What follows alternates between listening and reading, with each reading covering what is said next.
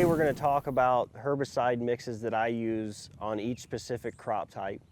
And specifically we'll start, since it's springtime, we'll start with corn and soybeans, which I will be planting here in the next couple weeks. On corn, what I typically like to run is atrazine or simazine, and we'll touch on that here in just a minute. The other thing I like to add is mesotrione, which is commonly known as Callisto. And then one more product that I like to add in for grass control is Roundup. Those other two products will control all your broadleaves.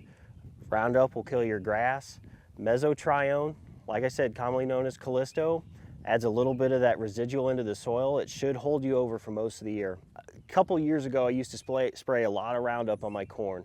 And you know, that's the only thing that I use. And it did a great job, and it did everything that it needed to do.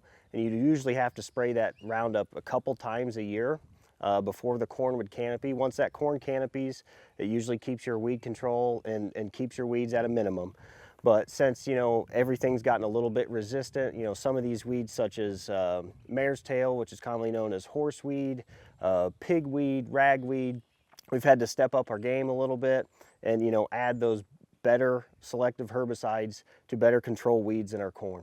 Another thing that I like to touch on is soybeans, since we will be planting that this year as well. You know, you need to really pay attention what kind of soybeans you will be planting. There's so many different types of soybeans. For example, Enlist soybeans, glyphosate tolerant soybeans, Liberty tolerant soybeans. And most recently what they've come out with is Enlist soybeans, and you can spray 2,4-D, Liberty, and Roundup on those. And you know, that should be able to handle all the weeds within the soybean crop. I just want to add one more thing about atrazine and simazine real quick. You know, per state regulations, make sure that you read your state regulations and you know, get up to date on, you know, what's required to spray those products.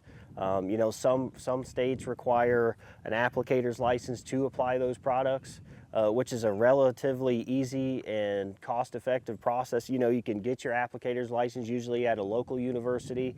Once you take the test, you know, you have it the rest of your life. So make sure you dive into that and check all the regulations and laws before you go spraying some of these products. So let's dive into prepping for fall food plots just a little bit. And that's when I come in and do all of my green plots.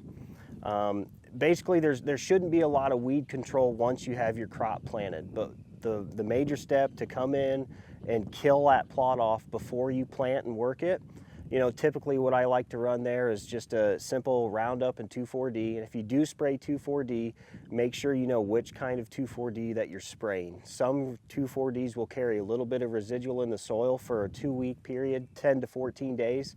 So make sure you read that label on the jug and make sure that you know, how long the residual period is. That way you're not coming in after you spray that product and planting too soon and it's damaging your seeds in the soil and it won't come up out of the ground. So the reason I spray 2,4-D on top of the glyphosate before I come in and plant my fall food plots, you know, kind of like we've touched on before, that some of those broadleaf weeds, horseweed, mare's tail, ragweed, pigweed, you know, you might have some of those in your plots.